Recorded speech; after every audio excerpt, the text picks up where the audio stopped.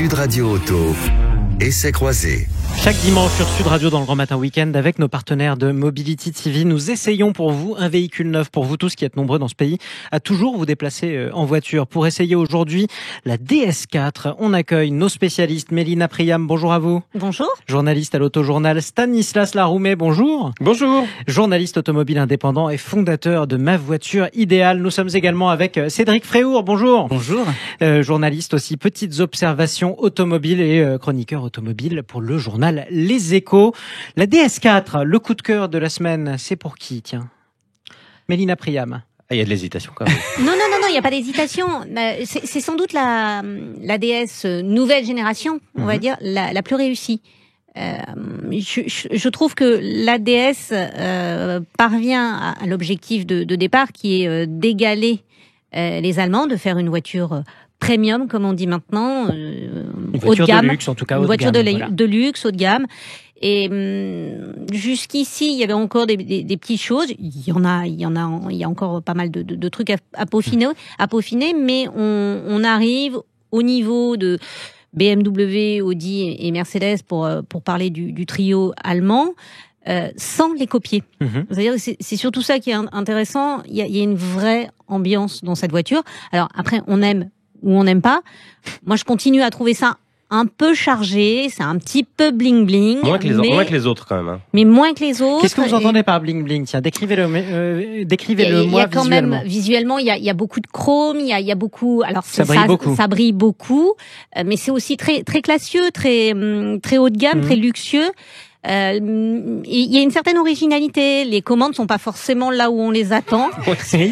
C'est-à-dire que l'ergonomie, elles sont pas forcément positionnées là où la majorité des constructeurs le positionnent. Elles ont parfois des formes un petit peu originales. Alors ça aussi son charme. Tout ça, voilà. Mais ça fait une voiture étonnante avec une ambiance à bord. Qui vous laisse toujours perplexe. Ah oui, en tout cas, qui laisse pas indifférent. Certes. Et je pense que c'est aussi ce qui peut être intéressant dans une auto. Encouragement du conseil de classe, si j'ai bien noté. Cédric Fréhour. Non, mais elle existe. Elle existe. Non, mais c'est énorme. Parce que vous reconnaîtrez que c'est une bonne base de départ, quand même. C'est pas mal. Mais pourquoi je dis ça? Jusqu'à présent, on a toujours reproché à l'industrie française de pas être au niveau des Allemandes. Mélina le disait. Le premium, c'est-à-dire le luxe automobile, c'était réservé qu'aux Allemands. Et nous, on nous regardait comme les méchants au fond de la classe près du radiateur qui dorment et tout ça. Les cancres. Bon. Tout à coup, on accouche d'une voiture qui est bien construite, qui effectivement est très originale, mais il faut absolument qu'on joue décalé, quoi. Il faut qu'on se fasse repérer. Et elle est truffée d'idées. Alors c'est vrai que l'ergonomie parfois quand on fait différent c'est un peu différent, mais quand on monte à bord il se passe réellement quelque chose. Les aérateurs ça a l'air de rien mais ils s'effacent, on les voit plus. Donc ça on est surpris aussi et on a envie tout à coup de se dire allez on prend le volant. Et quand on prend le volant, il y a un plug-in hybride, donc elle est hybride rechargeable, c'est la motorisation que souhaite aujourd'hui le marché. Donc boum, on coche la coche verte. Super, les sociétés vont l'acheter, les loyers vont être bien, super. Elle a un design extérieur à une époque où BMW, Mercedes et Audi s'endorment un peu sur leur laurier, sont un petit peu perdus pour plein de raisons. Là, son design émerge. Donc, elle dit, moi qui étais un peu mauvais élève, les gars, regardez, j'ai un satisfait. J'ai l'impression d'avoir devant moi 3 spécialistes automobiles qui, depuis 20 ans, rêvent de voir les Français égaler les Allemands. Et le jour où on le fait aussi, bon, mais ça, c'est fait, ça existe. Voilà. C'est fait, excusez-moi, c'est fait, mais alors, ils ont quand même des petits problèmes DS, notamment je pense qu'au marketing, je sais pas, soit ils fument pas assez, je sais pas, mais c'est compliqué la gamme entre les ambiances, les versions. Il y a, alors je vous le dis, je l'ai noté parce que c'est compliqué. Il y a DS4 en version Performance Line plus Cross. Après il y a les finitions Bastille plus Trocadéro plus Cross, Rivoli plus Cross. Bref, tout ça plus les moteurs. Ça fait beaucoup. Il n'empêche, et là je rejoins tout à fait mes confrères, que cette voiture, elle fait il y a une sorte d'électrochoc, et je la trouve très jolie, et je suis pas le seul apparemment, puisqu'elle a été élue tout simplement plus belle voiture de l'année 2022. Particulièrement élégante. Hein. Ouais, moi je trouve ça très élégant, au 37e Festival Automobile International. Et comme le disait Mélina, oui, il y a de l'originalité, oui, parfois il y a un peu trop, mais je trouve que pour une fois, c'est moins ostentatoire, pourrait-on dire, qu'un DS7 Crossback ou qu'une DS3 Crossback. Voilà. Moi je suis assez convaincu. Je trouve qu'en effet, ils arrivent enfin au niveau des Allemands. Et on va pas les enfoncer, au contraire, mais les soutenir et leur dire, allez-y les gars, continuez. Et puis il y a un truc, elle est super confortable. Vraiment. Donc ça, c'est un petit peu dans les gènes de la marque, en fait. DS, ça vient de, vous savez, les suspensions pneumatiques, la DS du Général, tout ça. Donc on est... Le groupe Stellantis maintenant, mais ça vient de Citroën, effectivement. Et on s'y sent bien. C'est ça. Et on s'y sent mieux que dans une allemande ou pas? On s'y sent, c'est un tout petit peu plus mou. Mais ce côté mollasson, en fait, il va plaire au plus grand nombre. Le reproche qu'on pouvait faire aux Allemandes, c'était justement une forme de fermeté. Les gens qui adorent tourner un volant adorent ça, mais pour l'immense majorité, parfois ça tape un petit peu, c'est un peu dur. Là, dans celle-ci, il y a une sorte de compromis intéressant, et le confort sonore aussi est vraiment de qualité. Résultat, on a envie de tracer la route. On s'y sent bien. Et Mélina, qui est le meilleur volant de nous tous, là, elle pourrait... Non, mais c'est vrai. Non, mais elle le dit pas. Elle a fait 3 fois le Tour de France. Mais nous, on peut lui dire. Hein. Non, mais c'est vrai. Elle a le meilleur coup de volant de la planète automobile. Non, c'est vrai que c'est une auto très confortable, sans pour autant être pataude. C'est vrai c'est pas une voiture dynamique, mais c'est pas une voiture ennuyeuse à conduire. C'est pas une voiture, elle prend pas énormément de roulis, et tout en étant, je dirais, douce, soyeuse presque. C'est une auto où on se sent bien, où on a envie de faire de la route avec. Après, Stan le disait, elle a des défauts, c'est-à-dire qu'elle est pas très habitable. C'est une petite familiale à l'arrière. Oui, mais un peu comme une série 1 ou une classe A, et ça dérange pas les clients, apparemment. C'est fait pour quel type de public? Une famille avec un enfant, une famille avec 2 enfants? Une famille avec un enfant, un petit enfant, enfin voilà, de 4 personnes. Un enfant et un chien, oui. Voilà, le coffre est pas très grand, donc le petit chien. C'est le gabarit de la Golf, en fait. C'est quasiment le format le plus vendu en Europe. Donc c'est ce qu'on appelle aussi les business cars. Autrement dit, c'est la voiture de fonction la plus répandue. Et ce format-là, en DS, encore une fois, on va insister sur son originalité. Et je vais rebondir sur ce que disait Stanislas. Merci. Il disait, voilà, il y a plein d'options, il y a plein d'appellations et tout ça. Mais c'est là qu'on gagne de l'argent. Et tout le monde fait ça. Alors, en fait, il faut essayer de plaire à tout le monde. Donc, il faut faire plusieurs ambiances. Quand on achète un téléphone portable, aujourd'hui, quand on achète plusieurs objets, on aime bien que ce soit sur mesure. Donc, pour essayer d'adapter de sur mesure, on va essayer de faire une sorte de panel avec un menu énorme en disant... Ça explique la DS4 Trocadéro, la DS4 Bastille... Tout ça, voilà, machin. Et comme ça, je me suis acheté la DS4, machin, et je suis le seul. Comme ça, je suis pas comme les autres, voilà. Mais tout le monde fait la même chose. Alors, c'est un argumentaire marketing, certes, mais il fonctionne. En tout cas, encouragement du conseil de classe, si j'ai bien noté. Oui, encouragement, oui. Faut continuer dans cette direction. Non, elle est, félicitations. Félicitations pour Cédric Fréhour. Félicitations pour cette voiture allemande, Stanislas fabriquée en Allemagne, à Rüsselsheim, chez Opel. Bien que ce soit d'ailleurs une marque française. C'est bien aussi de le rappeler. Merci à tous les 4. Merci Jean-Marie.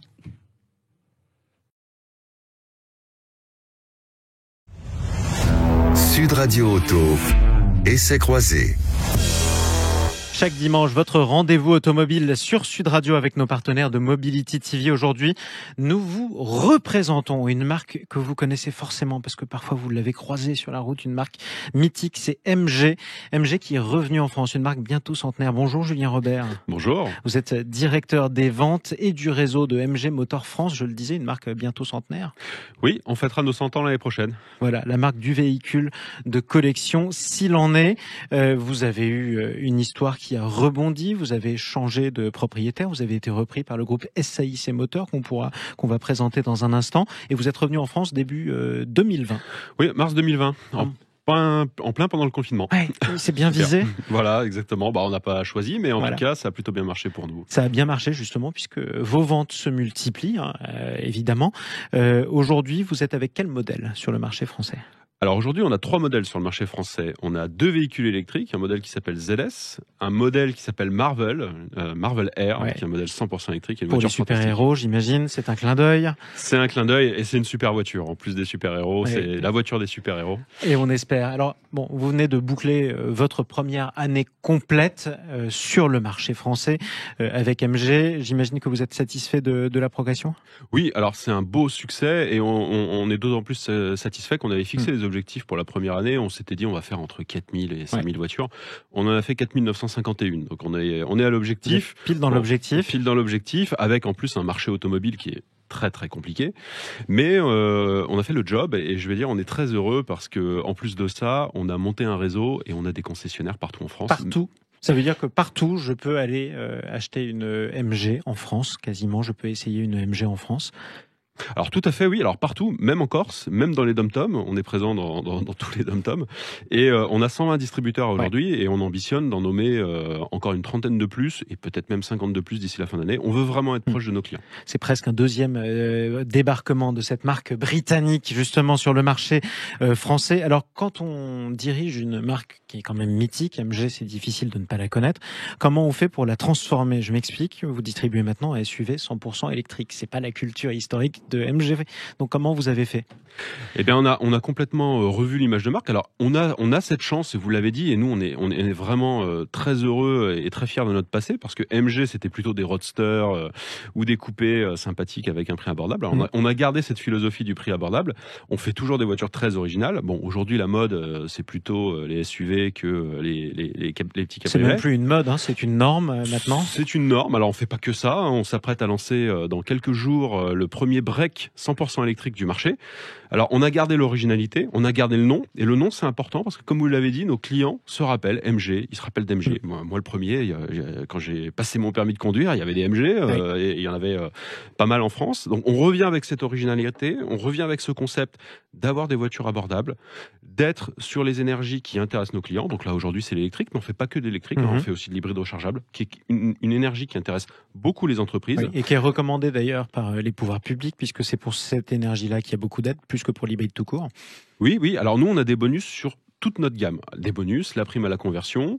Bon, on a une garantie 7 ans, on a plein de choses à revendiquer et on est surtout très abordable. Quand je vous entends, tout le monde, tous les Français pourraient rouler en MG, pourraient acheter une MG. Quels sont vos objectifs d'ici, disons, le temps d'avoir investi le marché d'ici 5 ans? D'ici 5 ans, on veut viser à peu près 2% de part de marché. Alors, c'est des chiffres comme ça dira peut-être pas grand-chose à vos éditeurs, mais globalement, on veut représenter entre 30 et 40 000 voitures sur le marché. Alors, dans un marché, encore comme je vous l'ai dit, qui est compliqué, bien sûr, mais on est une marque grand public, on est une marque abordable. On veut être cette marque sympathique qui permet, notamment aux jeunes conducteurs, de voir l'automobile un peu autrement. Aujourd'hui, on voit que nos clients, ce ne sont pas les clients qui veulent rouler dans la même voiture que tout le monde. Ils n'ont pas forcément un a priori sur les marques. Quand on voit le succès de certains de nos concurrents, comme Tesla ou des marques qui n'existaient pas encore il y a 10 ans, aujourd'hui, tout le monde voit l'automobile différemment en se disant que c'est une industrie qui évolue beaucoup. Les énergies évoluent, les marques évoluent et l'attachement au nom, à la marque, est peut-être un peu différent de ce qu'on a pu connaître l'un et l'autre. Pourtant, Dieu sait si les collectionneurs de MG existent, y compris en France, et sont nombreux. Et quels sont les retours d'ailleurs des collectionneurs ou des amateurs, des fans de la marque par rapport à cette renaissance? Alors déjà, ils sont très contents de revoir MG. Ils sont très contents de revoir des distributeurs MG en France, de voir que cette marque renaît. C'est pas une marque qui a disparu. Ça donne d'autant plus de valeur à leur véhicule. Et les choses sont différentes. Le marché du véhicule de collection, c'est un marché qui explose. C'est extrêmement sympathique. On a la chance, c'est que les MG de collection restent abordables. Donc là aussi, on a gardé ce côté démocratique, même si les prix augmentent. Hein, je vous conseille, et je conseille à vos auditeurs, si vous voulez faire un bon investissement, achetez une MG de collection et même une neuve. Et aujourd'hui, voilà, ils sont très contents de revoir la marque revenir. Et on a de très très bonnes relations avec eux. Le MG Club de France, vraiment, on est très proche d'eux et on les remercie parce qu'ils nous aident à chaque fois. Ils nous apportent des véhicules. Dès qu'il y a un lancement, ils sont présents. Donc vraiment, on a de très bonnes relations. Donc vous êtes une marque qui a ses supporters. Qui suis-je si je suis fait pour rouler en MG? Si je suis français ou je suis française, qui suis-je? Quel est mon pouvoir d'achat? Quel est mon besoin de consommation? Alors, c'est très varié. On a des clients, c'est leur premier achat, c'est leur première voiture, parce qu'on a des véhicules, une fois qu'on a les aides du gouvernement, des véhicules qui sont à moins de 25 000 euros pour un véhicule neuf, et comme je vous l'ai dit, ils sont garantis 7 ans. On a des formules de location, vous pouvez rouler en MG à 99 euros par mois. Donc on a des clients très jeunes, on a aussi des clients qui se disent, voilà, moi j'ai pas forcément un gros attachement à la marque, je veux la dernière technologie, je veux tous les équipements, je veux de la sécurité, et on a des clients qui viennent de toutes les marques, alors des marques asiatiques, mais des marques françaises, des marques européennes, c'est très très vaste. Autour de moi, j'ai vendu une MG à mon frère qui a 30 ans et à mes parents qui en ont 65. Donc c'est très large. Il n'y a pas de portrait robot en tout cas de l'acheteur ou plutôt du conducteur MG en France. Merci beaucoup pour cette présentation de cette renaissance. Julien Robert, je rappelle que vous êtes directeur des ventes et du réseau de MG Motor France. Il y a un endroit où on pourra avoir des MG, y compris des MG un peu plus vénérables de collection. C'est le salon Rétromobile 0826 300 300. Bonjour à vous, Guy. Bonjour Sud Radio, merci encore pour une bonne émission. Et bienvenue à vous surtout Guy, bravo à vous surtout puisque vous êtes le 4e à avoir composé ce numéro. Je vous le rappelle, Sud Radio vous offre 4 places à vous et à votre famille ou alors à vos amis Guy pour le salon Rétromobile. On vous les offre avec nos partenaires de Mobility TV. Salon Rétromobile, c'est le salon international des voitures de collection. C'est à partir du 16 mars, ce sera à Paris. Vous allez y aller avec qui ? Comment ? Vous allez y aller avec qui, tiens, au salon Rétromobile, Guy ? Je vais y aller avec ma fille, je vais y aller avec des amis, mon frère et ma belle-sœur peut-être, ou des amis. Alors, je suis très malvoyant, mais j'arrive quand même à percevoir la qualité des véhicules. Ouais. J'ai toujours été attiré par les anciens véhicules, j'ai toujours eu des cabriolets dans ma vie. Depuis le 2012, je ne conduis pas. Je ne conduis plus du tout à cause de ma vision. J'ai décidé ça de moi-même. Voilà, mais surtout, j'ai toujours été attiré par les véhicules anciens. Ouais. Alors, quel véhicule, tiens, quel est le véhicule ancien Ça pouvait bien être une 2 chevaux, comme ça pouvait être un cabriolet Volkswagen, comme ça pouvait être la traction cabriolet. Voilà, qui était très rare, qui avait un gros problème, cette traction cabriolet, parce que le châssis, n'ayant plus la coque pour maintenir le châssis avait tendance à se plier. Donc, il fallait le renforcer. Ouais. Mais ce qui m'attirait, c'était la qualité, la finition, bien souvent, et puis surtout la qualité des matériaux. Et ben voilà. Pas de plastique.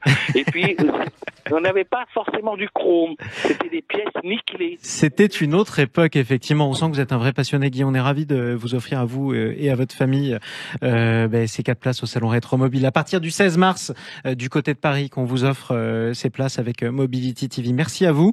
Merci à notre invité, Julien Robert. Et bonne route AMG. On va s'habituer à recroiser des véhicules AMG sur les routes françaises et pas seulement des véhicules d'occasion.